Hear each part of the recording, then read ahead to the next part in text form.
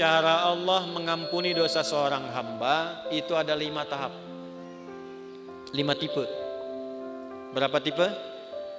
5. Sudah.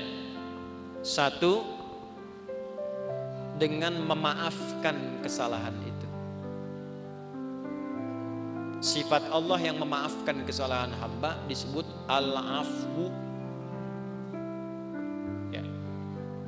Misal subuh tadi jam berapa? Kumaha teh? 4:35. Terus ada orang yang sholat subuhnya jam 5:34. Waktu subuh 4:35, sholat subuh 5:3. Salah tidak? Salah. Dosa tidak? Belum tentu. Kalau memang bangunnya kesiangan. Tuh. Dan memang tidak niat bangun kesiangan. Ada yang niatnya bangun kesiangan, malamnya begadang, nonton bola, menang, menangis, ya. Jagoan kalah, bangun kesiangan. Nah, dia bangunnya terlambat, salah, karena tidak tepat waktu, tapi belum tentu dosa. Maka dimaafkan oleh Allah kesalahan itu, ditunaikanlah sholat tepat saat bangunnya. Ya. Jadi kalau Anda terlalu lelah dengan beban kehidupan, kemudian tertidur cukup dalam, ya, lalu bangun tiba-tiba jam 8, walaupun keterlaluan sebetulnya. Bangun, ingat sholat. Nah, sholatlah saat bangunnya. Jadi jam subuh Anda itu pindah saat bangunnya. Ingat ya, waktu sholat orang yang ketiduran adalah saat bangunnya. Saya pernah punya pengalaman di Libya. Lagi ngisi ceramah menjelang buka. 5 menit lagi tinggal buka. Tiba-tiba jemaah angkat tangan dalam sesi pertanyaan. Ustadz, apa hukumnya orang yang puasa tapi tertinggal sholat? Saya tanya balik. Contohnya gimana Pak? Tadi saya subuh bangun kesiangan. Saya menilai bahwa sholat subuh saya sudah lewat. Jadi karena menyimpulkan sudah lewat waktu subuhnya, kehilangan waktu sholat. Dia tetap puasa tapi nggak sholat subuh. Zuhur sholat, asar sholat, maghrib belum karena nunggu buka. Maka bagaimana statusnya, status puasanya? Maka saya jawab, Pak, sekarang ambil wudhu, sholat subuh sekarang. Ya, betul, qadanya saat itu, saat waktu ingatnya di situ sholatnya. Jelas? Nah, itu salah tapi belum tentu mengandung dosa karena ketidaktahuan. Karena lupa jadi salah. Kan lupa itu suka menyebabkan orang tidak ingat kan? Nah, ketika orang tidak ingat berpotensi salah. Kan sering saya bilang, orang kalau korupsi itu bukan tidak sadar kalau korupsi itu salah. Cuman saat korupsi tidak ingat kalau korupsi itu salah.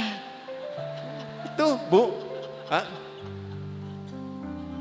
Ini kalau tertukar sendal pulang dari sini, ada ngambil sendal punya orang lain, bukan tidak tahu itu teh punya orang, cuman tidak ingat saat dipakai itu punya orang.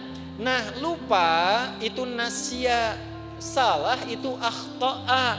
Saya lupa nasitu, saya salah akhto'tu. Kita lupa nasina, kita salah akhto'na. Rabbana la tu'akhidna in nasina au. Nah, gitu. Ya Allah, kalau kami lupa dan dengan lupa itu salah, mohon jangan hukum. Kata Allah, saya maha pemaaf, saya maafkan kalau kamu memang sadar itu salah. Karena itu jawaban pertamanya wa'fu anna. Al-afu.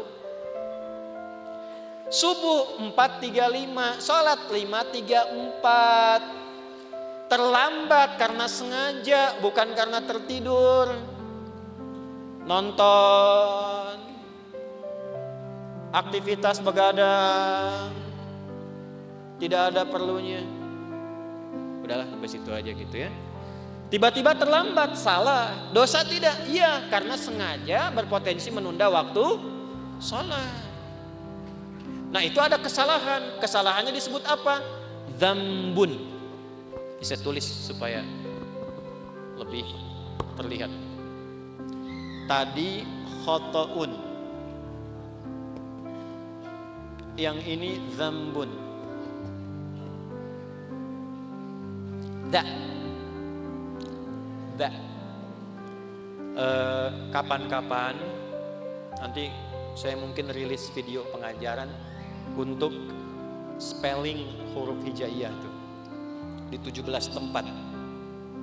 Itu diantara manfaatnya, itu bisa mengeluarkan semua potensi suara dalam tubuh. Bukan hanya untuk baca Al-Quran. Jadi kalau kita bisa mengeksplorasi itu belajar bahasa apapun bisa cepat untuk kita kuasai. Karena semua sumber suara keluar. Misal yang dari sini a, ha itu di sini. Ketika ke sini ha, ketika ke sini ho, kan? Sampai da itu da di sini, da. Sampai ketemu ba, gampang, matiin aja hurufnya. Ab, ad. Nah itu sumber suaranya. As, az, ab. Ya, harokatnya cuma 3. Namanya ayu. Kalau enggak a, i atau u. Ab. Kasihkan a, ba, kan? Ciluk. Nah, kan? Dikebawahin bi, dibesarin u. Nah, ini pakai za, dzambun. Dzambun itu, maaf, salah yang mengandung unsur dosa. Sengaja menunda sholat, terlambat, dzambun. Allah tidak ingin hambanya pulang ke akhirat bawa dosa. Maka diturunkanlah sifat yang kedua, namanya ghafir. Apa namanya? Ghafir. Ada surah ke-40, surah Ghafir. Lihat ayat ketiga. Ghafiriz dzambi. Ghafir dipasangkan dengan dzambun. Ghafiriz dzambi wa qabilit taubi. Ini ghafir. Ini al-afu. Sudah terlambat, ngajak orang lain terlambat. Yuk nonton dulu, udah sholat mau nomor 2, nonton nomor 1. Maka berubah namanya dari dzambun jadi dzunubun. Jamak. Dzambun, dzunubun.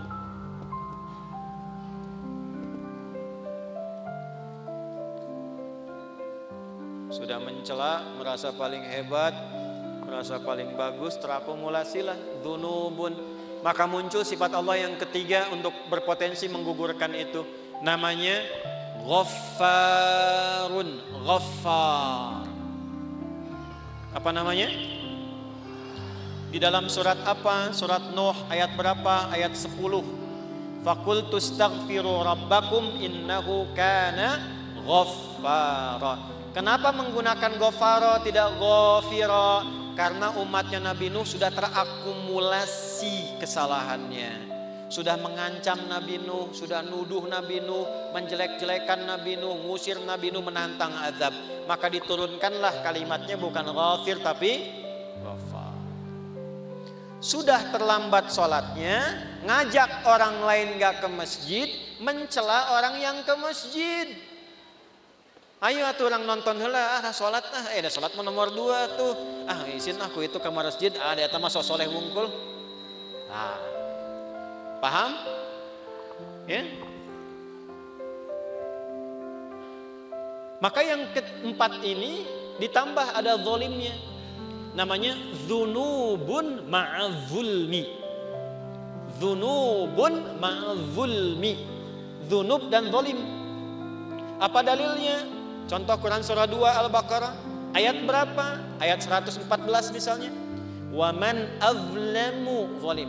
Wa man azlamu mimman mana'a masajidallahi ay yuzkara fiha ismuhu wa sa'a fi kharabiha. Paham? Tidak. Siapakah kata Allah? Nih nanya sama kita. Pertanyaan ini gak usah dijawab karena Allah sudah Maha tahu. Namanya pertanyaan retorik. Pertanyaan retorik itu pertanyaan yang diajukan untuk menggugah kita supaya mikir, bukan supaya jawab. Seperti khatib Jumat nanya kepada jamaah. Sudah menerangkan, dia tanya, apakah jamaah semua masih merasa beriman? Jangan dijawab, masih. Nah, ini masalah. Saya pernah khutbah Jumat tuh, satu daerah di desa, ya kan? Bukankah Bapak ini semuanya beriman kepada Allah? Betul. Itu pertanyaan retorik. Allah nanya kepada kita, gak usah dijawab, supaya kita mikir. Maksudnya begini, kalian ini kenapa sih sudah berbuat banyak dosa masih zalim juga? Di antara perbuatan zalim dan banyak dosa, satu, ada yang sifatnya tentang ibadah di masjid.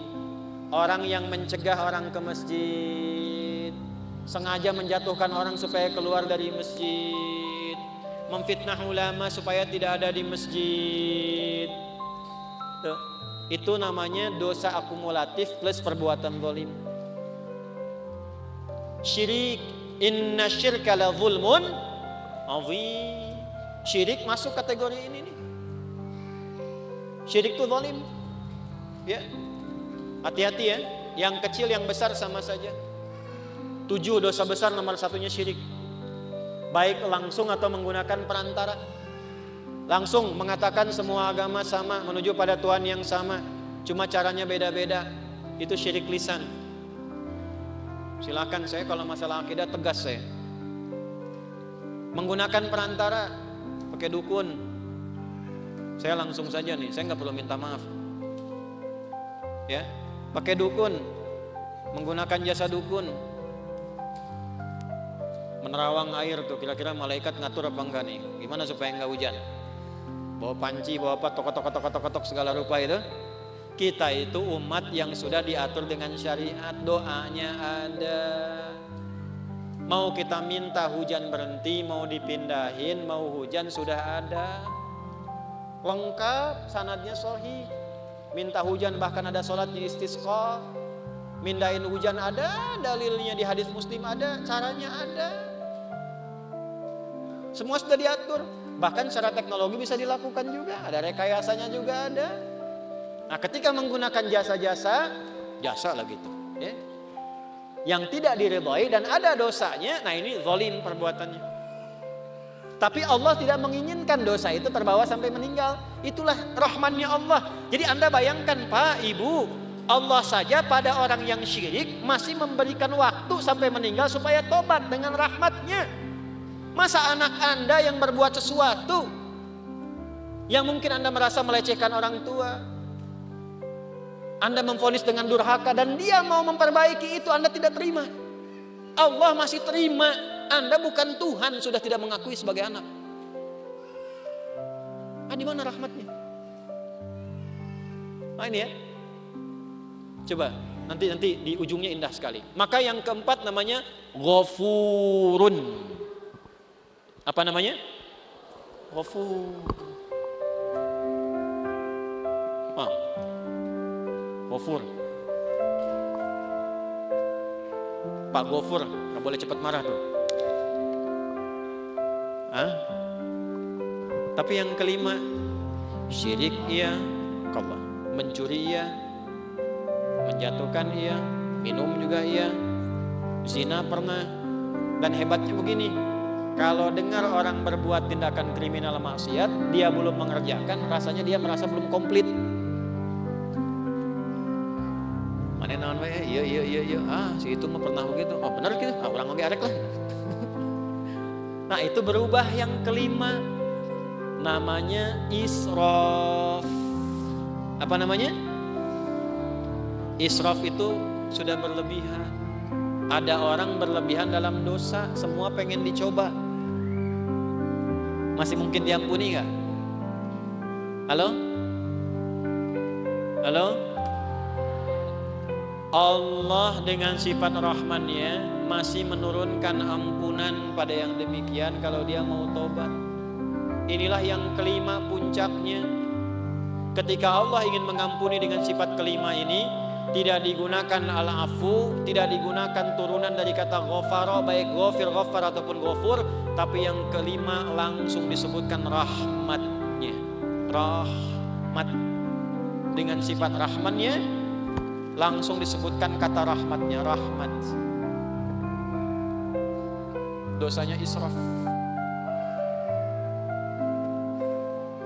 Bahkan rahmatnya dilekatkan dengan sifat Allah pemiliknya. Ya, pakaian nisbah. Rahmat itu punyaku. Maka dengan rahmat yang aku punya, semua rahmatku aku punya nih. Aku tawarkan kepadamu ampunan supaya engkau tobat dari dosa yang kau kerjakan itu. Nih, ada yang pernah mabuk, pernah bunuh, pernah zina, pernah merampok, pengen tobat, pengen balik. Kata Allah jawabnya bagaimana? Hei, aku tawarkan kepadamu semua rahmat yang aku punya untuk mengampuni dosamu kalau engkau benar mau tobat. Kurang apa coba? Jadi kalau dengan tawaran itu masih ada yang belum tobat, keterlaluan itu. Dengan cara apa lagi Allah mesti ampuni? Di mana dalilnya? Quran surah ke-39. Di ayat berapa? 53. Bagaimana bunyinya? Qul ya ibadiyalladzina asrafu ala anfusihim la taqnatu mir rahmatillah. Sandarkan pada Allah. Wasi'at rahmati kulla syai'. Rahmat ketemu yang mutakallim. Rahmatku mencakup semuanya. Ya di situ apa? Allah. Jangan putus asa dari rahmat Allah. Kenapa tidak langsung menggunakan rahmati? Karena kalau banyak dosa, biasanya nggak kenal Allah, walaupun mengaku Muslim. Itu. Maka nama Allahnya dikenalkan lagi, supaya kenal lagi. Ya. Contoh nih, ada orang sudah terakumulasi dosanya, profesional lah di bidang dosa. Mabuk, nipu, merampok segala rupa kan. Terus Anda ingatkan, ya itulah orang bertakwa kepada Allah. Pasti jawabnya gini, atau mau Allah lah gitu. Jangan bawa-bawa Tuhan gitu ya. Nah, karena belum kenal Tuhan, dikenalkan lagi. La taqnatu mir rahmatillah. Dan hebatnya masih diaku hamba, Pak.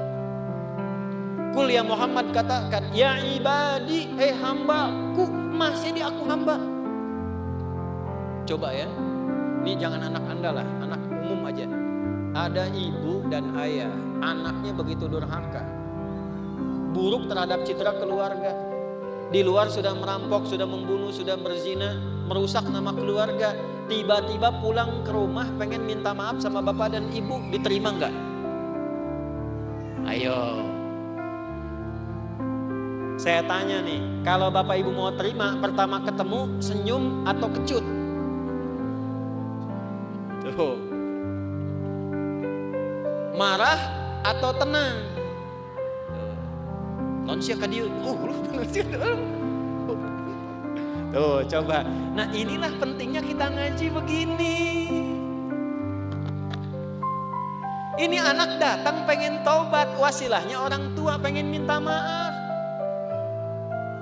Allah yang pencipta kita mengatakan, Qul ya ibadi, pakai kata iba, hambaku. Pakai ya disebutkan 360 kali dalam Al-Quran. Fungsinya 3 di ilmu nahwu. Nidaul qarib, nidaul mutawassit, nidaul ba'id. Memanggil yang dekat, yang menengah, yang jauh. Hei ahli maksiat, dimanapun berada, semua jangkauan. Yang telah menyimpulkan mungkin Allah gak akan ampuni dosaku. Salah kesimpulannya, kata Allah, hambaku sini, jangan putus asa dari rahmat. Setelah Allah berikan rahmat, teruskan ayatnya, innallaha yaghfirudz dzunuba jami'a. Semua dosa yang pernah engkau kerjakan, kalau benar tobatmu, aku ampuni sekarang semuanya.